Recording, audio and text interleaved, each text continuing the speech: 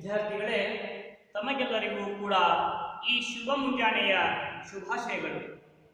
ವಿದ್ಯಾರ್ಥಿಗಳೇ, ಇವತ್ತಿನ ದಿನಮಾನದಲ್ಲಿ ನಾವೆಲ್ಲರೂ ಕೂಡ ಈ ನಮ್ಮ ಬದುಕಿನಲ್ಲಿ ಹೊಸ ಜೀವನವನ್ನ ಪ್ರಾರಂಭಿಸುವುದು ಕೂಡ ಅತ್ಯವಶ್ಯ. ಯಾಕಂತಂದ್ರೆ ಇವತ್ತು ನಾವು ಬಹಳಷ್ಟು ಆಧುನಿಕ ಜಗತ್ತಿನಲ್ಲಿ ಬಾಳಿ ಬದುಕತಕ್ಕಂಥವ್ರು. ಯಾಕಂತಂದ್ರೆ ಹಳೆ ಕಾಲದಲ್ಲಿ ಅದು ಯಾವ ರೀತಿಯ ಜೀವನ ಮಾಡ್ತಿದ್ರು ಅನ್ನೋದನ್ನು ನಾವು ಕೂಡ ಇತಿಹಾಸದ ಮೂಲಕವಾಗಿ ತಿಳ್ಕೊಂಡಿದ್ದೀವಿ. ಆ ಹಳೆ ಕಾಲದಲ್ಲಿ ಬಹಳಷ್ಟು ಅಜ್ಞಾನ ಇತ್ತು, ಕಂದಾಚಾರಗಳು ಕೂಡ ಇತ್ತು, ಮೂಢನಂಬಿಕೆಗಳು ಇತ್ತು, ಹಲವಾರು ಆಚರಣೆಗಳು ಇತ್ತು. ಆ ಎಲ್ಲ ಆಚರಣೆಗಳನ್ನ ಕೂಡ ನಾವು ನೋಡಿದರೆ ಅವರಲ್ಲಿರ್ತಕ್ಕಂತಹ ಮೂಢನಂಬಿಕೆಗಳ ಬಗ್ಗೆ ಸ್ಪಷ್ಟವಾಗಿ ಗೊತ್ತಾಗುತ್ತದೆ. ಹಾಗಾಗಿ ನಾವು ಇವತ್ತು ಹೊಸ ಜೀವನವನ್ನ ಕಲ್ಪಿಸಿಕೊಳ್ಳುವಂತ ಅವಶ್ಯಕತೆ ನಮ್ಮ ಇವತ್ತಿನ ಆಧುನಿಕ ಜಗತ್ತಿನಲ್ಲಿ ಸ್ಪಷ್ಟವಾಗಿ ಕಾಣುತ್ತದೆ.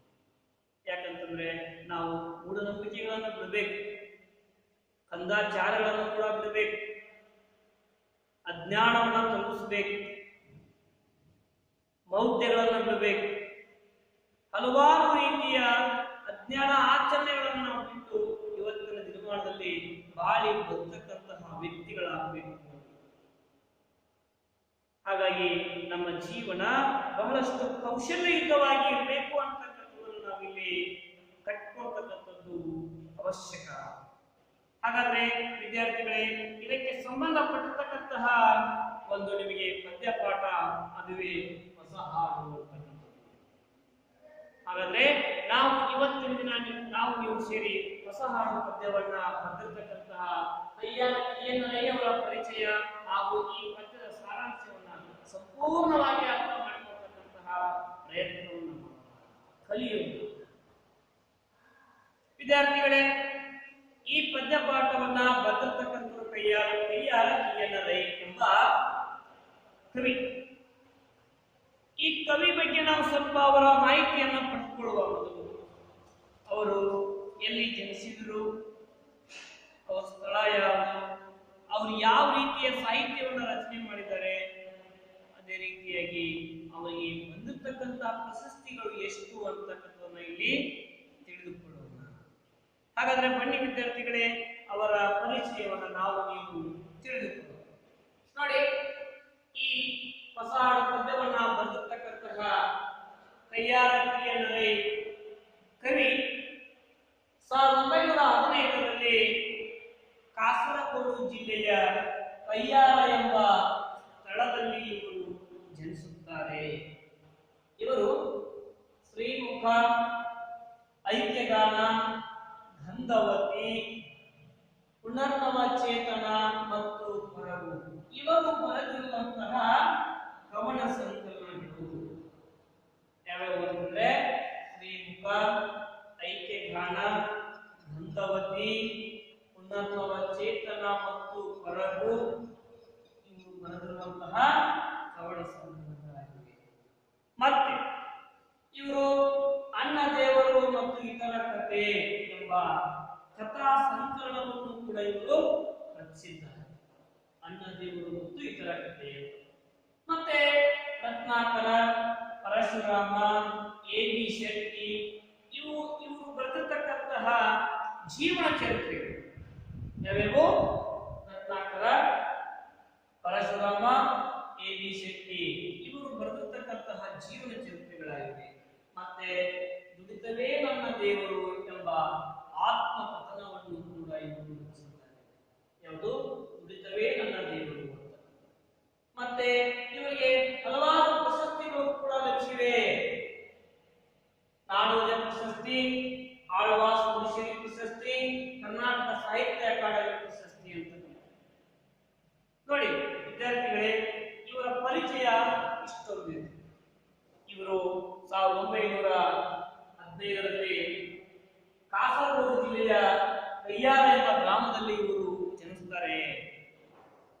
ಶ್ರೀಮುಖ, ಐಕ್ಯಗಾನ, ಗಂಧವತಿ, ಪುನರ್ನವ ಚೇತನ ಮತ್ತು ಹೊರಗು ಇವರು ಬರೆದಿರುವ ಕವನ ಸಂಕಲನಗಳಾಗಿದ್ದು, ಮತ್ತೆ ಅಣ್ಣ ದೇವರು ಮತ್ತು ಇತರ ಕಥೆ ಎಂಬ ಕಥಾ ಸಂಕಲನವನ್ನು ಕೂಡ ಇವರು ರಚನೆ ಮಾಡಿದ್ದಾರೆ.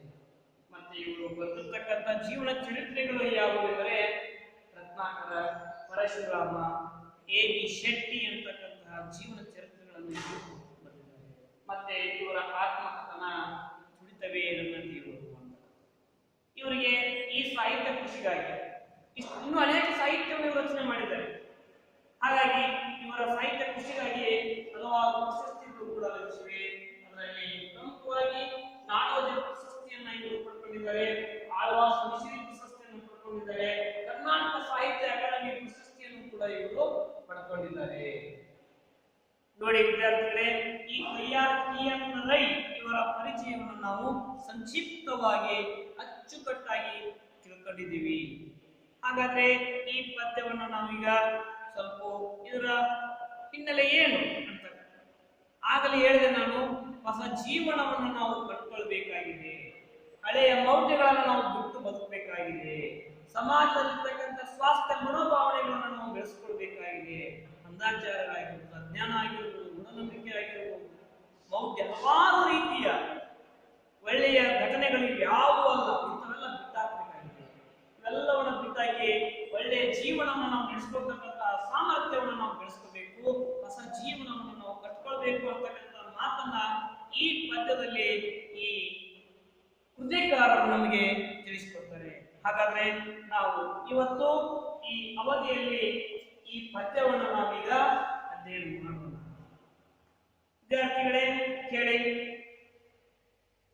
ನವ ಭಾವ ನವ ಜೀವ ನವ ಶಕ್ತಿ ತುಂಬಿಸುವ ಹಾಡೊಮ್ಮೆ ಹಾಡಬೇಕು, ತೀವ್ರತರ ಗಂಭೀರ ಭಾವನೆಯ ತೆರೆ ಮೊಸಗೆ ವೀರ ಧ್ವನಿಯೇರಬೇಕು. ನೋಡಿ, ನವ ಭಾವ, ನವ ಅಂದ್ರೆ ಹೊಸದು. ನಮ್ಮಲ್ಲಿ ಭಾವನೆಗಳು ಹೊಸದಾಗಿರ್ಬೇಕು, ಹೊಸ ಹೊಸ ಭಾವನೆಗಳನ್ನು ನಾವು ಹೊಂದಬೇಕು. ಬರೀ ಹಳೆಯ ಭಾವನೆಗಳನ್ನ ಇಟ್ಕೊಂಡು ಜೀವನದಲ್ಲಿ ತೊಡಗಿಕೊಳ್ಳುವಂತ ಆಗಬಾರದು. ಹಳೆಯ ಭಾವನೆಗಳ ಜೊತೆಗೆ ಹೊಸ ಭಾವನೆಗಳು ಕೂಡ ನಮ್ಮ ಜೊತೆಗೆ ಬರಬೇಕು. ನವ ಜೀವ, ಹೊಸ ಜೀವನವನ್ನು ನಾವೀಗ ಪ್ರಾರಂಭ ಮಾಡಬೇಕಾಗಿದೆ. ಹೊಸ ಜೀವನವನ್ನು ಕೂಡ ನಾವು ಕಟ್ಕೋಬೇಕು. ಬರೀ ಹಳೆಯ ರೀತಿಯ ಜೀವನದಲ್ಲಿ ನಮ್ಮ ಜೀವನ ಮುಂದುವರೆದು ಹೋಗುವಂತ ಆಗಬಾರದು. ನವ ಶಕ್ತಿ ಇರಬೇಕು, ಹೊಸ ಶಕ್ತಿ ನಮ್ಮಲ್ಲಿ ಬರಬೇಕು. ಪ್ರತಿ ದಿನವೂ ಕೂಡ, ಪ್ರತಿ ಸಂದರ್ಭದಲ್ಲಿಯೂ ಕೂಡ ಹೊಸ ಹುಮ್ಮಸ್ಸು ನಮ್ಮಲ್ಲಿ ಬರಬೇಕು. ಹೊಸ ಶಕ್ತಿಯಿಂದ ನಮ್ಮ ಜೀವನವನ್ನು ನಾವು ಮುನ್ನಡೆಸಿಕೊಂಡು ಹೋಗಬೇಕು ಅಂತ ಹಾಡು ನಮ್ದಾಗಬೇಕು. ಪ್ರತಿಯೊಬ್ಬರು ಕೂಡ ಹೊಸ ಜೀವನವನ್ನ, ಹೊಸ ಭಾವನೆಗಳನ್ನ, ಹೊಸ ಶಕ್ತಿಯನ್ನ ತುಂಬಿಸುವಂತ ಕಾರ್ಯದಲ್ಲಿ ನಾವು ತೊಡಗಿಕೊಳ್ಳುವಂತಾಗಬೇಕು ಅನ್ನುವ ಮಾತನ್ನ ಇಲ್ಲಿ ಕವಿಗಳು ಹೇಳ್ತಾರೆ. ಯಾಕಂತಂದ್ರೆ ನಾವೆಲ್ಲರೂ ಕೂಡ ಹೊಸ ಜೀವನವನ್ನ ಕಟ್ಟಿಕೊಳ್ಳುವಂತಾಗಬೇಕು ಅನ್ನೋ ರೀತಿಯಲ್ಲಿ ತೀವ್ರತರ ಗಂಭೀರ ಭಾವನೆಯ ತೆರೆ ಮಸಗಿ ವೀರ ಧ್ವನಿ ಇರಬೇಕು. ತೀವ್ರತರ ಅಂತಂದ್ರೆ ಹರಿತವಾಗಿರ್ತಕ್ಕ, ಚೂಪಾಗಿರ್ತಕ್ಕ. ನಮ್ಮ ಭಾವನೆಗಳು ಹೆಂಗಿರ್ಬೇಕು ಅಂತಂದ್ರೆ ಹರಿತವಾಗಿರ್ಬೇಕು. ಆ ಹರಿತವಾಗಿರ್ತಕ್ಕಂಥ ಭಾವನೆಗಳು, ಆ ಒಳ್ಳೆಯ ಭಾವನೆಗಳು ಹೇಗೆ ಅಂತಂದ್ರೆ ತರಂಗದ ರೀತಿಯಲ್ಲಿ ಅಥವಾ ಅಲೆಯ ರೂಪದಲ್ಲಿ ಮಸಗಿ ಅಂದ್ರೆ ಹರಡಿ ಎಲ್ಲ ಕಡೆಗೂ ಕೂಡ ಹರಡಬೇಕು. ಚೂಪಾಗಿ ಅಂತಂದ್ರೆ ಚೂಪಾಗಿರ್ತಕ್ಕಂಥ ವಸ್ತು ಬೇಗನೆ ವಸ್ತುವನ್ನ ಕೊರೆಯುತ್ತದೆ, ಚುಚ್ಚುತ್ತದೆ. ಹಾಗೆ ನಮ್ಮ ಮಾತು ಇಲ್ಲಿ ಚುಚ್ಚುವುದು ಅಂತಲ್ಲ, ಬೇಗ ತಲುಪಬೇಕು ಅನ್ನೋ ರೀತಿಯಲ್ಲಿ ನಾವು ಅರ್ಥ ಮಾಡ್ಕೊಳ್ಬೇಕು. ನಮ್ಮ ಮಾತುಗಳು ಹರಿತವಾಗಿರ್ಬೇಕು ಅಂತಂದ್ರೆ ಎಲ್ಲರ ಮನಸ್ಸಿಗೂ ಕೂಡ ಬೇಗನೆ ತಲುಪುವಂತಾಗಬೇಕು ಅನ್ನೋ ಮಾತನ್ನ ಇಲ್ಲಿ ಕವಿ ಈ ರೀತಿ ತಮ್ಮ ಅಭಿಪ್ರಾಯವನ್ನ ಹೇಳಲು ಬಯಸ್ತಾ ಇದ್ದಾರೆ. ವೀರ ಧ್ವನಿ ಏರಬೇಕು. ಆ ಮಾತು ಎಲ್ಲ ಕಡೆಗೂ ಬೇಗನೆ ಹರಡಿಕೊಂಡು ವೀರರ ಧ್ವನಿಯಂತೆ ಎಲ್ಲರಿಗೂ ಕೂಡ ಕೇಳುವಂತಾಗಬೇಕು ಅನ್ನೋ ಮಾತನ್ನ ಹೇಳ್ತಾರೆ. ವೀರರ ಧ್ವನಿ ಅಂತಂದ್ರೆ ಗಟ್ಟಿಯಾದ ಧ್ವನಿ, ಧೈರ್ಯದ ಧ್ವನಿ. ಆ ರೀತಿಯಲ್ಲಿ ನಮ್ಮ ಮಾತುಗಳು ಹರಡಬೇಕು ಅನ್ನೋ ಮಾತನ್ನ ಇಲ್ಲಿ ಕವಿಗಳು ನಮ್ಮೆಲ್ಲರಿಗೂ ಕೂಡ ತಿಳಿಸಿಕೊಟ್ಟಿದ್ದಾರೆ. ಹೊಸ ಜೀವನವನ್ನು ನಾವು ಕಟ್ಕೋಬೇಕು, ಹೊಸ ಭಾವನೆಯನ್ನು ನಾವು ಕಟ್ಕೋಬೇಕು, ಹೊಸ ಶಕ್ತಿಯನ್ನು ನಾವು ಹೊಂದಬೇಕು ಅಂತ ಮಾತುಗಳು ನಮ್ಮೆಲ್ಲರಲ್ಲಿಯೂ ಬರಬೇಕು. ನಮ್ಮ ಭಾವನೆಯು ತುಂಬಾ ಚೂಪಾಗಿರಬೇಕು. ಆ ಚೂಪಾಗಿರ್ತಕ್ಕಂತಹ ಹರಿತವಾಗಿರ್ತಕ್ಕಂತಹ ಭಾವನೆಯು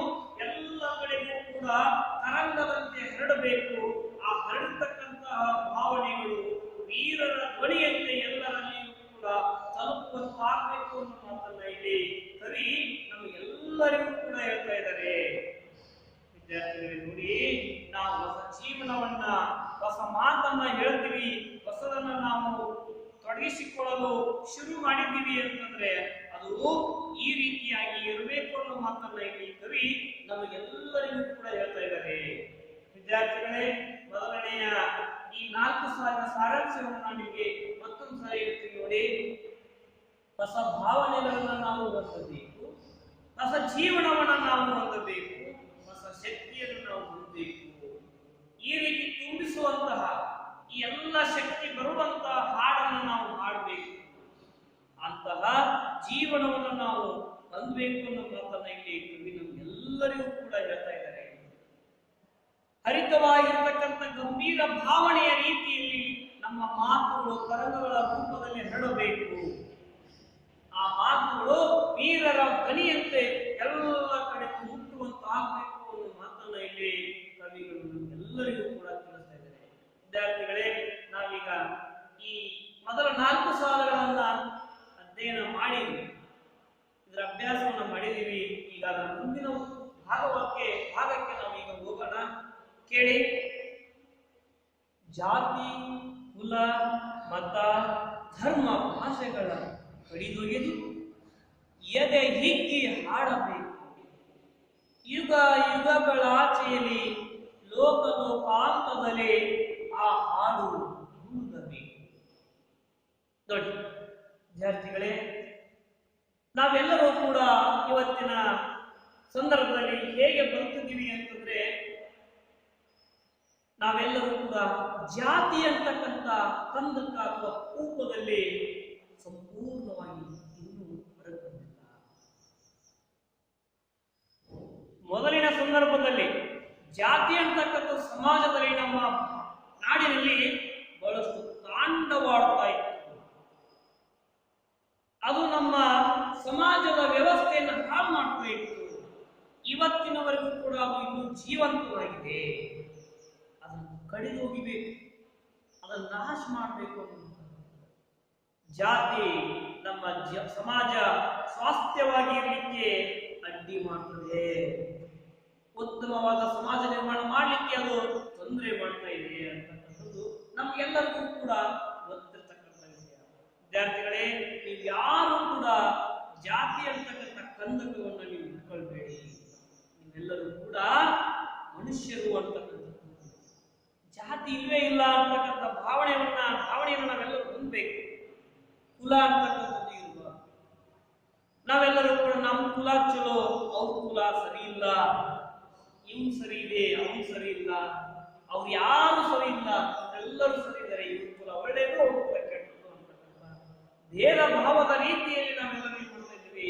ಕುಲವನ್ನು ಕೂಡ ಮನುಷ್ಯನ ರೂಪದಲ್ಲಿ ಮಾನದಂಡವನ್ನಾಗಿ ಮಾಡ್ತಾ ಇದ್ದೀವಿ.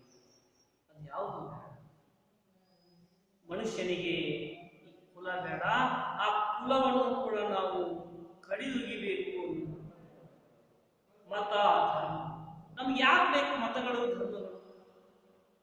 ಮನುಷ್ಯರು ಏನು ನೀವು ಇದೇ ಧರ್ಮದಲ್ಲಿ ಹುಟ್ಟಬೇಕು, ಇದೇ ಜಾತಿಯಲ್ಲಿ ಹುಟ್ಟಬೇಕು, ಇದೇ ಮತದಲ್ಲಿ ಹುಟ್ಟಬೇಕು ಅಂತೇಳಿ ಏನಾದರೂ ಬರೋದಾಗಿದ್ದಾನ? ನೀನು ಇಲ್ಲೇ ಹುಟ್ಟಬೇಕು, ನೀನು ಬೇರೆ ಧರ್ಮಕ್ಕೆ ಹೋಗ್ಬೇಡ ಅಂತೇಳಿ ಯಾವುದೇ ಒಬ್ಬ ವ್ಯಕ್ತಿ ಜನಿಸ್ಬೇಕು ಅಂತಂದ್ರೆ ಆಕಸ್ಮಿಕವಾಗಿ ಆತನ ಜನ್ಮ ಆಗಿರುತ್ತೆ.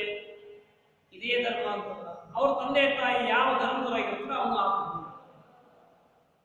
ಒಂದೊಂದು ಸಾರಿ ಕೆಲವು ವ್ಯಕ್ತಿಗಳು ನಾನು ಯಾಕೆ ಈ ಜಾತಿಯಲ್ಲಿ ಹುಟ್ಟಿದ್ದೇನಪ್ಪ ಅಂತ ಹೇಳಿ ಬರ್ತಕ್ಕಂಥ ಸನ್ನಿವೇಶಗಳನ್ನು ನಾವು ತುಂಬಾ ಕಾಣ್ತೀವಿ. ಅದೆಲ್ಲವೂ ಕೂಡ ಯಾಕಂತಂದ್ರೆ ಈ ಧರ್ಮ ಮನುಷ್ಯರನ್ನ ಸಂಕುಚಿತ ಭಾವನೆಯನ್ನು ಉಂಟು ಮಾಡುವಂತ ಸ್ಥಿತಿ ಕೆಲವು ಸಂದರ್ಭದಲ್ಲಿ ತಂದಿರ್ತದೆ. ಯಾಕಂತಂದ್ರೆ ಧರ್ಮದ ಮಧ್ಯೆ ಆಗ್ತಕ್ಕಂಥ ಘರ್ಷಣೆಗಳು, ನನ್ನ ಧರ್ಮ ಒಳ್ಳೆಯದು, ನಿನ್ನ ಧರ್ಮ ಸರಿ ಇಲ್ಲ ಅಂತಕ್ಕಂಥ ಸನ್ನಿವೇಶ ಯಾರಾದರೂ ಒಂದಿಬ್ರು ಮಾತನಾಡಿದಾಗ ಇಡೀ ಸಮಾಜದಲ್ಲಿ ಆ ಬೆಂಕಿ ಹೊತ್ತಿ ಉರಿದು ಸಮಾಜದಲ್ಲಿ ಲೋಲ ಮಾಡ್ತತಿ. ಅದು ಆಗಬಾರ್ದು. ಜಾತಿ ಬೇಡ, ಧರ್ಮ ಬೇಡ, ಮತ್ತೆ ಮತ ಬೇಡ, ಕುಲ ಬೇಡ, ಇವೆಲ್ಲವನ್ನ ಕಡಿದೊಗಿಬೇಕು. ಇವೆಲ್ಲವೂ ಮನುಷ್ಯನಿಗೆ ಉರುಳು ಇದ್ದ ಹಾಗೆ, ಹಗ್ಗದಂಗೆ ಮನುಷ್ಯನನ್ನ ಆಹುತಿಯನ್ನಾಗಿ ಪಡೆದುಕೊಳ್ಳುವಂತ ಸ್ಥಿತಿ ಬರುತ್ತೆ.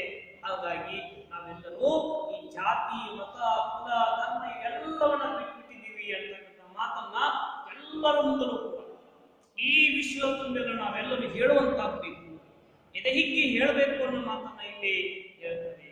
ಯುಗ ಯುಗಗಳಾಚೆ, ಯುಗ ಯುಗ ಹಲವಾರು ಯುಗದಿಂದಲೂ ಕೂಡ ಇದು ಬಂದ್ಬಿಟ್ಟಿದೆ. ಹಾಗಾಗಿ ಅದು ಆ ಯುಗದ ಹಿಂದಕ್ಕೆ ಹೋದಂಗ ನಾವೆಲ್ಲ ಈ ಜಾತಿ ಧರ್ಮ ಮತ ಅಂತಕ್ಕಂಥದ್ದು ತುಂಬಾ ವಿಸ್ತರಿಸಿದೆ. ಅದು ಕಡಿಮೆಯಾಗಿದೆ, ಅದು ಸಂಪೂರ್ಣವಾಗಿ ಇನ್ನೂ ಹೋಗಿಲ್ಲ. ಹಾಗಾಗಿ ನಾವೆಲ್ಲರೂ ಕೂಡ ಅದರ ಆಚೆಯಲ್ಲಿ ಬರಬೇಕು, ಯುಗಗಳ ಆಚೆಯಿಂದ ಹೊರಗೆ ಬರಬೇಕು.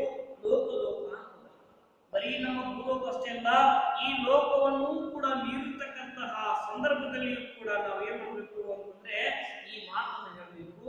ಇಲ್ಲಷ್ಟೇ ಅಲ್ಲ, ಬೇರೆ ಕಡೆಗೂ ಕೂಡ ನಾವು ಈ ಮಾತನ್ನು ಹೇಳಬೇಕು.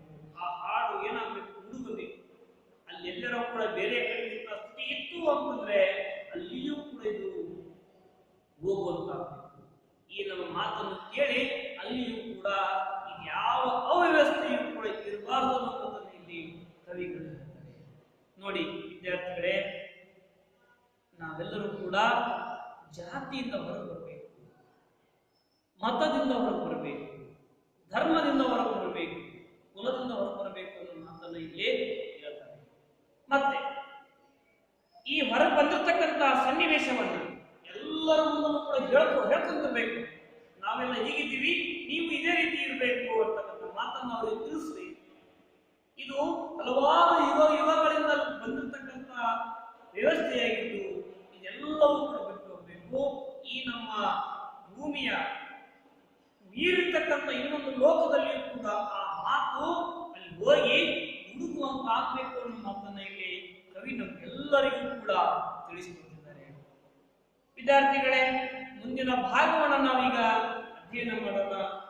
ಉನ್ನತೋನ್ನತ ಗಣ ಹಿಮಾದ್ರಿ ಶಿಖರವನೇರಿ ಹಾಡಲ್ಲಿ ಹಾಡಬೇಕು, ಹಾಡು ನುಡಿ ಗುಂಡುಗಳು ಹರಿ ದಶ ದಿಕ್ಕಿನಲ್ಲಿ ಭಯದ ಬೆನ್ನಟ್ಟಬೇಕು. ನೋಡಿ ವಿದ್ಯಾರ್ಥಿಗಳೇ, ಉನ್ನತೋನ್ನತ, ಉನ್ನತ ಅಂದ್ರೆ ದೊಡ್ಡ ದೊಡ್ಡ, ಉತ್ತಮ ಉತ್ತಮ, ಒಳ್ಳೆಯ ಶಿಖರವನ್ನ ಏರ್ಬೇಕು. ಅದು ಎಂತ ಶಿಖರ? ಶ್ರೇಷ್ಠವಾದ ಶಿಖರ. ಅದು ಯಾವ ಶಿಖರ? ಹಿಮ ಪರ್ವತಗಳು. ಯಾವ ಹಿಮ ಪರ್ವತಗಳು ಅಂದ್ರೆ ಹಿಮಾದ್ರಿ. ಈ ಹಿಮಾದ್ರಿ ಪರ್ವತಗಳನ್ನ, ಹಿಮಾದ್ರಿಯನ್ನು ಏರ್ಬೇಕಂತೆ, ಹಿಮಾದ್ರಿ ಶಿಖರಗಳನ್ನ ಏರ್ಬೇಕಂತೆ. ಅಲ್ಲಿ ಏರಿ ಅಲ್ಲಿ ಹೋಗಿ ನಾವು ಹಾಡನ್ನ ಆಡ್ಬೇಕು. ಅಲ್ಲಿ ಹೋಗಿ ಹೇಳ್ಬೇಕಂತೆ. ಏನ್ ಹೇಳ್ಬೇಕು? ಇಲ್ಲಿಯವರೆಗೆ ನಾವು ಏನ್ ಹೇಳಿದೀವಲ್ಲ, ಜಾತಿ ಬೇಡ, ಧರ್ಮ ಬೇಡ, ಕುಲ ಬೇಡ, ಮತ ಬೇಡ, ಇವೆಲ್ಲವೂ ಕೂಡ ಅಲ್ಲಿ ಹೋಗಿ ಹೇಳ್ಬೇಕಂತೆ. ಅಲ್ಲಿ ಹೋಗಿ ಹೇಳಿದಾಗ ಅದು ಎಲ್ಲೆಲ್ಲಿ ಹೋಗಿ ನಮ್ಮ ಮಾತು ಕೇಳ್ತೈತಿ ಅನ್ನೋ ಮಾತನ್ನ ಹೇಳ್ತಾರೆ. ನೋಡಿ, ಆ ಹಾಡಿನ ನುಡಿ ಗುಂಡುಗಳು, ಆ ನಮ್ಮ ಮಾತಿನ ನುಡಿಯ ಗುಂಡುಗಳು ಗುಂಡಿನ ರೂಪದಲ್ಲಿ ಪಸರಿಸುತ್ತವೆ ಅಂತೆ. ಯಾವ ರೀತಿ ಅಂದ್ರೆ ಎಲ್ಲಾ ದಿಕ್ಕಿನ ಕಡೆಗೂ ಹೋಗ್ತವೆ. ನಮ್ಮ ಸುತ್ತಮುತ್ತಲಿನ ಕಡೆ ಇರ್ತಕ್ಕಂಥ ಎಲ್ಲ ದಿಕ್ಕಿನ ಕಡೆಗೂ ಕೂಡ ಆ ಮಾತುಗಳು ಗುಂಡುಗಳ ರೂಪದಲ್ಲಿ ಹೋಗಿ ತಲುಪ್ತವಂತೆ. ಆ ತಲುಪತಕ್ಕಂಥ ಮಾತು ಯಾರು ಕೇಳಿಸ್ಕೊಂತಾರೋ ಅವರಿಗೆ ಭಯ ಬೇಕಬೇಕು. ಅದು ಭಯ ಇದೆ. ನಮ್ಮ ಮಾತುಗಳು, ಹೊಸ ಹಾಡು ಏನಿಲ್ಲ, ಅದು ಯಾರು ಆ ಹೊಸ ಹಾಡನ್ನ ಅಳವಡಿಸಿಕೊಂಡಿಲ್ಲವೋ ಅವರಿಗೆ ಭಯ ಬೆನ್ನಟ್ಟಬೇಕು, ಭಯ ಹಾಕಬೇಕು. ಹಾಗಾಗಿ ಆ ರೀತಿಯಲ್ಲಿ ನಮ್ಮ ಮಾತುಗಳು ಇರಬೇಕು ಅನ್ನೋ ಮಾತನ್ನ ಕವಿಗಳು ಹೇಳ್ತಾರೆ. ನೋಡಿ, ಯಾಕಂತಂದ್ರೆ ಕೆಳಗಡೆಗೆ ನಿಂತು ಮಾತಾಡಿದೀವಿ ಅಂತಂದ್ರೆ ಯಾರಿಗೂ ಕೇಳೋದಿಲ್ಲ ಅನ್ನೋ ಮಾತನ್ನ ಹೇಳ್ತಾರೆ. ನೋಡಿ, ನೀವು ಕೂಡ ಅದನ್ನ ತಿಳ್ಕೊಂಡಿದ್ದೀರಿ. ಕೆಳಗಡೆ ನಿಂತು ಮಾತಾಡ್ತಕ್ಕಂಥ ಮಾತು ಇಲ್ಲೇ ಸುತ್ತಮುತ್ತಲಿನ ಸ್ವಲ್ಪ ಜಾಗದಲ್ಲಿ ಮಾತ್ರ ಕೇಳುತ್ತೆ. ಅದೇ ಎತ್ತರದ ಪ್ರದೇಶದಲ್ಲಿ ಹೋಗಿ ಸ್ವಲ್ಪ ಮಾತಾಡೋದು ಕೂಡ ಬಹಳಷ್ಟು ಪ್ರದೇಶದಲ್ಲಿ ಆ ಮಾತು ಹರಡಿಕೊಳ್ಳುತ್ತೆ ಅನ್ನೋ ಮಾತನ್ನು ಇಲ್ಲಿ ನಾವು ನೆನಪಿಸಿಕೊಳ್ಳೋಣ.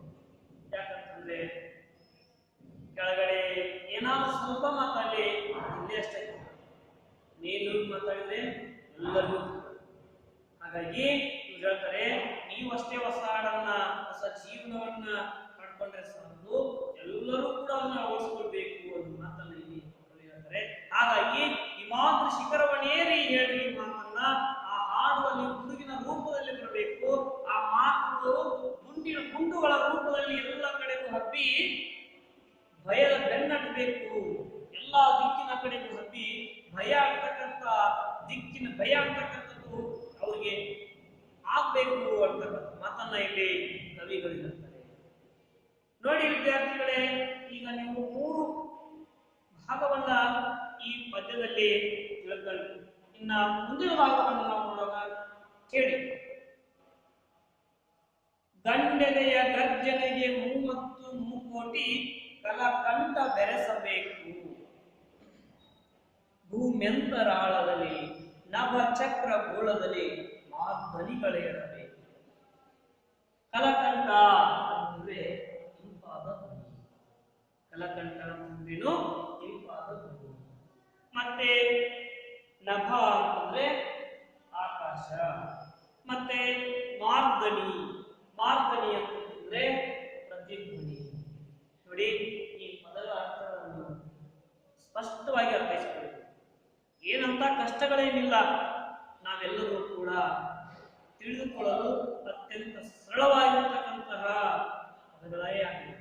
ಹಾಗಾಗಿ ಈ ಪದಗಳ ಅರ್ಥ ನೀವು ತಿಳ್ಕೊಂಡ್ರಿ ಅಂತಂದ್ರೆ ಈ ಪದ್ಯದ ಸಾರಾಂಶವನ್ನ ಸರಳವಾಗಿ ನೀವು ಗುರುತಿಸಬಹುದು, ಸರಳವಾಗಿ ಅದನ್ನ ಅರ್ಥೈಸಿಕೊಂಡು ಕಲಿತೀವಿ. ನೋಡಿ ವಿದ್ಯಾರ್ಥಿಗಳೇ, ಗಂಡನೆಯ ಗರ್ಜನೆಗೆ ನಮ್ದು ಗಂಡನೆ ಇರಬೇಕು, ಶೂರರಾಗಿರ್ಬೇಕು ಅನ್ನೋ ಮಾತನ್ನ ಇಲ್ಲಿ ಕವಿಗಳು ನಮ್ಗೆ ಹೇಳ್ತಾರೆ. ಈ ಶೂರದ ಮಾತುಗಳು ಹೆಂಗಿರ್ಬೇಕು? ಗರ್ಜನೆಯ ರೂಪದಲ್ಲಿರ್ಬೇಕು. ಗರ್ಜನೆ ಅಂತಂದ್ರೆ ಸಿಂಹ ಗರ್ಜನೆ ಅಂತಾರೆ. ಸಿಂಹ ಗರ್ಜನೆ ಅಂತಂದ್ರೆ ಕಾಡಿನಲ್ಲಿ ಒಂದು ಸಿಂಹ ಗರ್ಜನೆ ಮಾಡ್ತು ಅಂತಂದ್ರೆ ಆ ಕಾಡಿನಲ್ಲಿ ಇರತಕ್ಕಂಥ ಅನೇಕ ಪ್ರಾಣಿಗಳು ಸಹಿತವಾಗಿ ಹೆದರಿ ನಮ್ಮ ವಾಸಸ್ಥಳವನ್ನು ಸೇರ್ಕೊಳ್ತವೆ. ಅಲ್ಲೇ ಎದರ ಅಡವಿಕೊಂಡು ಮರೆಯಾಗ್ತದೆ. ಅಂತ ಸಿಂಹ ಗರ್ಜನೆ ನಮ್ದು. ಆ ಸಿಂಹ ಗರ್ಜನೆ 33 ಕೋಟಿ ಜನರಲ್ಲಿಯೂ ಕೂಡ ಬರಬೇಕು. ಎಲ್ಲರ ಧ್ವನಿಯಲ್ಲೂ ಕೂಡ ಅದೇ ಬರಬೇಕು. ಯಾವುದು ಅಂತಂದ್ರೆ ಹೊಸ ಹಾಡು, ಹೊಸದು ಬರಬೇಕು. ಕೇವಲ ಕೆಲವು ಜನರಲ್ಲಿ ಅದು ಆತ್ಮ. 33 ಕೋಟಿ ಜನರ ಮಾತುಗಳು ಕೂಡ ಒಂದೇ ಆಗಬೇಕು ಅನ್ನೋ ಮಾತನ್ನ ಇಲ್ಲಿ ಕವಿಗಳು ಹೇಳ್ತಾರೆ. ಮತ್ತೆ ಭೂಮ್ಯಂತರಾಳದಲ್ಲಿ ನಾವು ಮಾತಾಡ್ತಕ್ಕಂಥ ಮಾತು ಭೂಮಿಯ ಅಂತರಾಳದಲ್ಲಿಯೂ ಹೋಗಿ ಕೇಳಬೇಕು, ಮುಟ್ಬೇಕು. ಭೂಮಿಯ ಅಂತರಾಳ ಅಂತಂದ್ರೆ ಭೂಮಿಯ ಗರ್ಭ, ಭೂಮಿಯ ಮಧ್ಯ ಬಿಂದು. ಆ ಭೂಮಿಯ ಮಧ್ಯ ಬಿಂದುವಿಗೂ ಕೂಡ ಹೋಗಿ ಕೇಳಬೇಕು. ನಮ್ಮ ಭೂಮಿ ವೃತ್ತಾಕಾರವಾಗಿದೆ ಅಂದ್ರೆ ಗೋಲಾಕಾರವಾಗಿದೆ. ಈ ಗೋಲಾಕಾರವಾಗಿರ್ತಕ್ಕಂಥ ಭೂಮಿಯ ಗರ್ಭ ಬಹಳಷ್ಟು ಆಳವಾಗಿದೆ. ಆ ಆಳವಾಗಿರ್ತಕ್ಕಂಥ ಸ್ಥಳಕ್ಕೂ ಕೂಡ ನಾವು ಹೇಳ್ತಕ್ಕಂಥ ಮಾತು ಗರ್ಜನೆಯ ರೂಪದಲ್ಲಿ ಹೋಗಿ ತಲುಪಬೇಕು. ಆ ಸ್ಥಳದಲ್ಲಿ ಹೋಗಿ ಅದು ಪ್ರತಿಧ್ವನಿಯಾಗಬೇಕು, ಅಂದ್ರೆ ಮಾರ್ಧನಿಯಾಗಬೇಕು ಅನ್ನೋ ಮಾತನ್ನ ನಾವು ಹೇಳ್ತಕ್ಕಂಥ ಮಾತು ಮಾರ್ಧನಿಯಾಗಬೇಕು. ಮತ್ತೆ ನಭ, ನಭ ಅಂತಂದ್ರೆ ಆಕಾಶ. ಆಕಾಶದ ಗೋಳಗಳಲ್ಲಿಯೂ ಕೂಡ ನಮ್ಮ ಮಾತು ಹೋಗಿ ಗರ್ಜಿಸಬೇಕು. ಅಲ್ಲಿ ಗರ್ಜಿಸಿ ಅಲ್ಲಿಯೂ ಕೂಡ ನಮ್ಮ ಮಾತು ಗರ್ಜನೆಯ ರೂಪದಲ್ಲಿ ಪ್ರತಿಧ್ವನಿಯಾಗಬೇಕು ಅನ್ನೋ ಮಾತನ್ನು ಹೇಳ್ತಾರೆ. ಆಕಾಶದಲ್ಲಿ ಹಲವಾರು ಆಕಾಶ ಕಾಯಗಳನ್ನು ನಾವು ಕಾಣ್ತೀವಿ, ಗ್ರಹಗಳಿದ್ದಾವೆ. ಆ ಎಲ್ಲ ಗೋಳಗಳಲ್ಲಿಯೂ ಕೂಡ ನಮ್ಮ ಮಾತು ಗರ್ಜನೆಯ ರೂಪದಲ್ಲಿ ಹೋಗ್ಬೇಕು, ಅಲ್ಲಿ ಹೋಗಿಯೂ ಪ್ರತಿಧ್ವನಿ ಆಗ್ಬೇಕು ಅನ್ನೋ ಮಾತನ್ನು ಇಲ್ಲಿ ಕವಿ ಹೇಳ್ತಾರೆ. ನಮ್ಮ ಮಾತು ಅಷ್ಟೊಂದು ಗಟ್ಟಿಯಾಗಿರ್ಬೇಕು, ಹೊಸದಾಗಿರ್ಬೇಕು. ಎಲ್ಲರೂ ಕೂಡ ಅದನ್ನು ಅಳವಡಿಸಿಕೊಳ್ಬೇಕು, ಅದನ್ನೆಲ್ಲರೂ ಕೂಡ ಒಪ್ಪುವಂತಾಗಬೇಕು. ಆ ರೀತಿಯಲ್ಲಿ ನಮ್ಮ ಹೊಸ ಮಾತಾಗಿರ್ಬೇಕು, ಹೊಸ ಹಾಡು ಆಗಿರ್ಬೇಕು ಅನ್ನೋ ಮಾತನ್ನು ಹೇಳ್ತಾರೆ. ನೋಡಿ ವಿದ್ಯಾರ್ಥಿಗಳು, ಇನ್ನೊಂದು ಸಾರಿ ಈ ಭಾಗವನ್ನು ನಾನು ನಿಮಗೆ ಅರ್ಥೈಸ್ಕೊಳ್ತಾ ಇದ್ದೀನಿ. ಗಂಡನೆಯ ಗರ್ಜನೆಗೆ ನಮ್ಮ ಮಾತುಗಳು ಗಂಡನೆಯ ರೂಪದಲ್ಲಿ ಗರ್ಜಿಸುವಂತೆ 33 ಕೋಟಿ ಜನರ ಮಾತಿನಲ್ಲಿಯೂ ಕೂಡ ಒಂದೇ ಆಗಿರಬೇಕು, ಒಂದೇ ಧ್ವನಿಯಾಗಿರಬೇಕು. ಈ ಮಾತು ಭೂಮಿಯ ಅಂತರಾಳದಲ್ಲಿಯೂ ಕೂಡ ಹೋಗಿ ಪ್ರತಿಧ್ವನಿಯಾಗುವಂತಾಗಬೇಕು. ಅದೇ ರೀತಿಯಾಗಿ ಆಕಾಶದ ಗೋಳದಲ್ಲಿಯೂ ಕೂಡ ಹೋಗಿ ನಮ್ಮ ಮಾತು ಗರ್ಜಿಸಿದರೆ ಅಲ್ಲಿಯೂ ಕೂಡ ಪ್ರತಿಧ್ವನಿಯಾಗಬೇಕು ಅನ್ನೋ ಮಾತನ್ನ ಇಲ್ಲಿ ಕವಿ ನಮಗೆ ಹೇಳ್ತಾ ಇದ್ದಾರೆ. ವಿದ್ಯಾರ್ಥಿಗಳೇ ನೋಡಿ, ನಾವೆಲ್ಲರೂ ಕೂಡ ಈ ರೀತಿಯಾಗಿರ್ತಕ್ಕಂತಹ ಗರ್ಜನೆಯ ರೂಪದಲ್ಲಿ ನಮ್ಮ ನಮ್ಮ ಮಾತುಗಳು ಎಲ್ಲೇ ಏನೇ ಹೇಳಲಿ ಸಹಿತವಾಗಿ ಅದು ಸ್ಪಷ್ಟವಾಗಿರಬೇಕು, ಅತ್ಯಂತ ನಿಖರವಾಗಿರಬೇಕು ಅನ್ನೋ ಮಾತನ್ನು ನಾವಿಲ್ಲಿ ಕಲಿಬೇಕಾಗಿದೆ. ನೋಡಿ ವಿದ್ಯಾರ್ಥಿಗಳೇ, ಮತ್ತೆ ಮುಂದುವರೆದು ನೋಡೋಣ. ನೋಡಿ, ಈ ಕವಿ ಮತ್ತೆ ಹೇಳ್ತಿದ್ದಾರೆ, ಜಡನಿದ್ರೆ ಸಿಡಿದೆದ್ದ ವಿರಾಟ ಹಾಸನಲ್ಲಿ ಬಾನುಗುಡಿ ಬೆಳಗಬೇಕು, ನಡೆ ನುಡಿಗಳೆಡೆಯಲ್ಲಿ ಪದ ತಾಳ ಗತಿಯಲ್ಲಿ ಕ್ರಾಂತಿ ಕಿಡಿ ಕೆರಳಬೇಕು.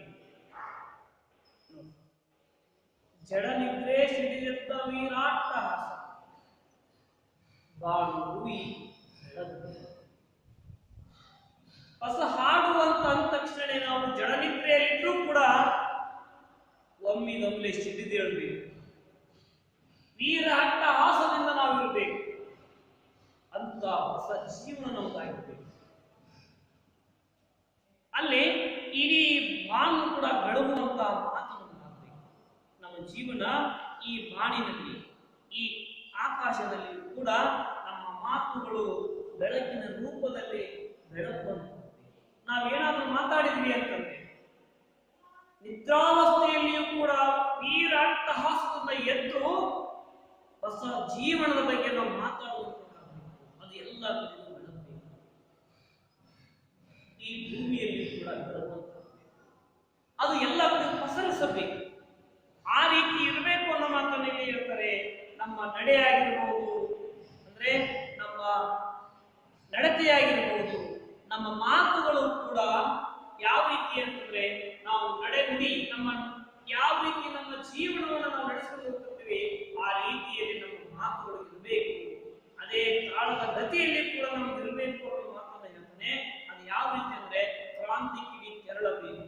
ನಾವೇನಾದ್ರು ಮಾತಾಡಿದೀವಿ ಅಂತಂದ್ರೆ ಅದು ಒಂದು ಕ್ರಾಂತಿ, ಎಲ್ಲರೂ ಕೂಡ ಒಪ್ಪುವಂತಾಗಬೇಕು ಅಂತ ಮಾತುಗಳು ನಮ್ದಾಗಿರ್ಬೇಕು. ಪ್ರತಿಯೊಬ್ಬರು ಕೂಡ ನಮ್ಮ ಮಾತನ್ನ ಕೂಡ ಕೇಳುವಂತವರಾಗಬೇಕು, ಆ ಮಾತಿನಲ್ಲಿ ಅವರು ಹೊಸದನ್ನ ಕಾಣುವಂತಾಗಬೇಕು ಅನ್ನೋ ಮಾತನ್ನ ಇಲ್ಲಿ ಕಲಿಯುತ್ತಾರೆ. ನೋಡಿ ವಿದ್ಯಾರ್ಥಿಗಳೇ, ಈಗ ಈ ಕವಿ ಹೇಳ್ತಿದ್ದಾರೆ ಏನು ಅಂತಂದ್ರೆ, ನಾವು ಎಲ್ಲೇ ಇರಲಿ ಏನೇ ಆಗಲಿ ನಮ್ಮ ಜೀವನ ಹೊಸದಾಗಿರಬೇಕು. ಈ ಹೊಸ ಜೀವನ ಐತಿ ಅಂತಂದ್ರೆ ಅಲ್ಲೊಂದು ಎಲ್ಲರೂ ಒಪ್ಪುವಂತ ಕ್ರಾಂತಿ ಆಗಿರುತ್ತೆ. ಯಾರು ಕೂಡ ಸುಮ್ಮನೆ ನಮ್ಮ ಮಾತನ್ನು ಒಪ್ಪೋದಿಲ್ಲ.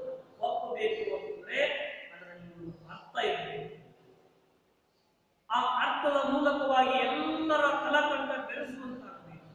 ಹೊಸ ಹಾಡನ್ನು ಹಾಡಿದರೆ ಮಾತ್ರ ಅದೇನಾಗುತ್ತೆ, ಕ್ರಾಂತಿಯ ಕಿಡಿ ಅಂತಕ್ಕಂಥದ್ದು ಅಲ್ಲಿ ಬರುತ್ತೆ ಅನ್ನೋ ಮಾತನ್ನು ಹೇಳಬಹುದು. ವಿದ್ಯಾರ್ಥಿಗಳೇ, ಮುಂದುವರೆದು ನೋಡಿ, ಜಯ ಜನನಿ ಶಿರವೆತ್ತಿ ವೀರ ಭರವಸೆಯಿಂದ ಹೊಸ ಹಾಡ ಹೇಳಿರು, ಇದೋ ಮೊದಲು ಮುಂದಿಲ್ಲ ಮುಗಿದು ದಂದಿನ ಪಾಡು ಹೊಸತಿಂದು ಹೊಸತು. ಜಯ ಜನನಿ, ನೋಡಮ್ಮ ತಾಯಿ, ನಾವು ಶಿರವೆತ್ತಿ, ನಾವು ನಮ್ಮ ಶಿರವನ್ನು ಎತ್ತಿ ನಿಮ್ಗೆ ವೀರ ಭರವಸೆಯಿಂದ ಮಾತು ಕೊಡ್ತಾ ಇದೀವಿ. ಹೊಸ ಹಾಡು ಕೇಳಿ ನೋಡಿ, ನಮ್ಮ ಹೊಸ ಜೀವನವನ್ನ ನೀವು ನೋಡು ಒಂದ್ಸಾರಿ. ಇದ ಮೊದಲು ಮುಂದೆ ಮತ್ತಿಲ್ಲ, ಇಂದು ಆಗಿರ್ತಕ್ಕಂಥ ನಮ್ಮ ಸ್ಥಿತಿ ಮುಗಿದೋಯ್ತು. ಇನ್ನು ಇವತ್ತಿಂದ ನಮ್ದು ಹೊಸದು ಹಾಡು, ಇವತ್ತಿಂದ ನಮ್ದು ಹೊಸದು ಅನ್ನೋ ಮಾತನ್ನ ನಾನು ನಿಮಗೆ ಹೇಳ್ತಾ ಇದ್ದೀನಿ ಅನ್ನೋ ಮಾತನ್ನ ಇಲ್ಲಿ ಕವಿಗಳು ನಮ್ಗೆಲ್ಲರಿಗೂ ಕೂಡ ಹೇಳ್ತಿದ್ದಾರೆ. ಇಷ್ಟು ಜನ ನಾವು ಯಾವ ರೀತಿ ಜೀವನ ಮಾಡಿದ್ವಿ ಅದು ಬೇಕಾಗಿತ್ತು, ಮುಗಿದೋಯ್ತು. ಆ ಹಿಂದಿನ ಜೀವನದ ಪಾಡು ಇವತ್ತಿಗೆ ಮುಗಿತು. ಆದ್ರೆ ಇವತ್ತಿನಿಂದ ನಾವು ಹೊಸ ಜೀವನವನ್ನ ಪ್ರಾರಂಭ ಮಾಡೋಣ. ಹಾಗಾಗಿ ಹೊಸ ಹಾಡನ್ನ ನಾವು ಹಾಡೋಣ. ನಮ್ಮ ಮಾತುಗಳು ಯಾರೇ ಕೇಳಬೇಕು ಅಂತಂದ್ರೆ ಕ್ರಾಂತಿಯ ಕಿಡಿಯಾಗಿರ್ಬೇಕು ಅನ್ನೋ ಮಾತನ್ನ ಇಲ್ಲಿ ಹೇಳ್ತಾರೆ. ವಿದ್ಯಾರ್ಥಿಗಳೇ, ನಾವು ಇಲ್ಲಿಯವರೆಗೂ ಕೂಡ ಈ ಪದ್ಯ ಭಾಗವನ್ನ ಅತ್ಯಂತ ಆಸಕ್ತಿಯಿಂದ ನಾನು ಹೇಳ್ತಕ್ಕಂಥ ಪಾಠವನ್ನ ನೀವು ಕೇಳಿದ್ದೀರಿ. ನಿಮ್ಗೆಲ್ಲರಿಗೂ ಕೂಡ ಈ ಪದ್ಯ ಭಾಗದ ಸಾರಾಂಶ, ಈ ಪದ್ಯದ ತಿರುಳು ಅರ್ಥ ಆಗಿದೆ. ಹಾಗಾಗಿ ನೀವೆಲ್ಲರೂ ಕೂಡ ಈ ಭಾಗವನ್ನ ಅಂದ್ರೆ ಈ ಪದ್ಯ ಪಾಠ ಸಂಪೂರ್ಣವಾಗಿ ಕಲಿಯಿರಿ. ಇದಕ್ಕೆ ನಿಮ್ಗೆ ಮನೆಯಲ್ಲಿ ಒಂದಿಷ್ಟು ಮನೆ ಕೆಲಸ ಕೊಡ್ತೇವೆ, ಏನ್ ಕಲಿಬೇಕು ಅಂತಕ್ಕಂಥದನ್ನ ನೋಡಿ. ಮೊದಲನೆಯ ಭಾಗ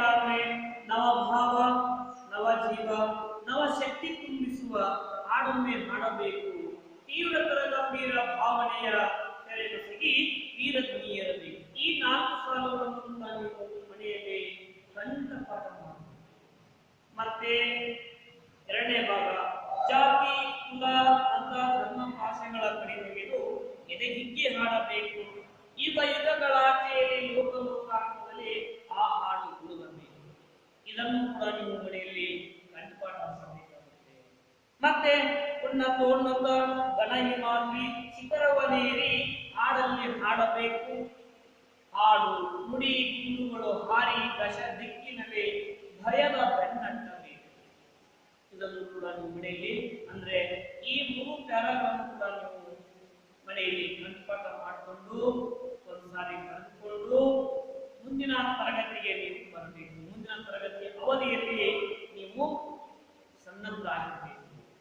ವಿದ್ಯಾರ್ಥಿಗಳೇ, ಈ ಕವಿ ಹೇಳ್ತಕ್ಕಂಥ ಪ್ರತಿಯೊಂದು ಅಂಶವನ್ನು ಕೂಡ ನಾವು ಗಮನಿಸಬೇಕು. ಯಾಕಂತಂದ್ರೆ ನಾವು ಯಾವತ್ತೂ ಕೂಡ ನಮ್ಮ ಜೀವನದಲ್ಲಿ ಹೊಸದನ್ನ ಕಲಿಬೇಕು, ಹಳೆಯದನ್ನ ಬಿಟ್ಟಾಗಬೇಕು. ಇವತ್ತು ನಮ್ಮ ದಿನಮಾನದಲ್ಲಿ ಆಧುನಿಕ ಜಗತ್ತಿನಲ್ಲಿ ನಾವು ಹೊಸ ರೀತಿಯ ಜೀವನವನ್ನು ಮಾಡಬೇಕು.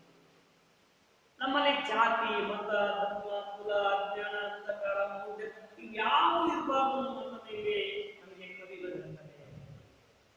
ಯಾರಲ್ಲಿ ಎಲ್ಲ ಭಾವನೆಗಳಿವೆ ಅವರಿಗೆಲ್ಲರಿಗೂ ನಾವು ತಿಳಿಸಿ ಹೇಳಬೇಕು. ಅವರ ಮನಸ್ಸನ್ನು ಪರಿವರ್ತನೆ ಮಾಡುವಂತ ಕಾರ್ಯ ನಮಗಾಗಬೇಕು. ಎಲ್ಲರೂ ಕೂಡ ಒಂದೇ ರೀತಿಯ ಭಾವನೆಯನ್ನು ಹೊಂದುವಂತವರಾಗಬೇಕು ಮಾತನ್ನ ಇಲ್ಲಿ ಕವಿ ಹೇಳ್ತಾರೆ. ಹಾಗಾದ್ರೆ ವಿದ್ಯಾರ್ಥಿಗಳೇ, ಇಲ್ಲಿವರೆಗೂ ಕೂಡ ನೀವು ಈ ಪಾಠವನ್ನು ಕೇಳಿದಿರಿ.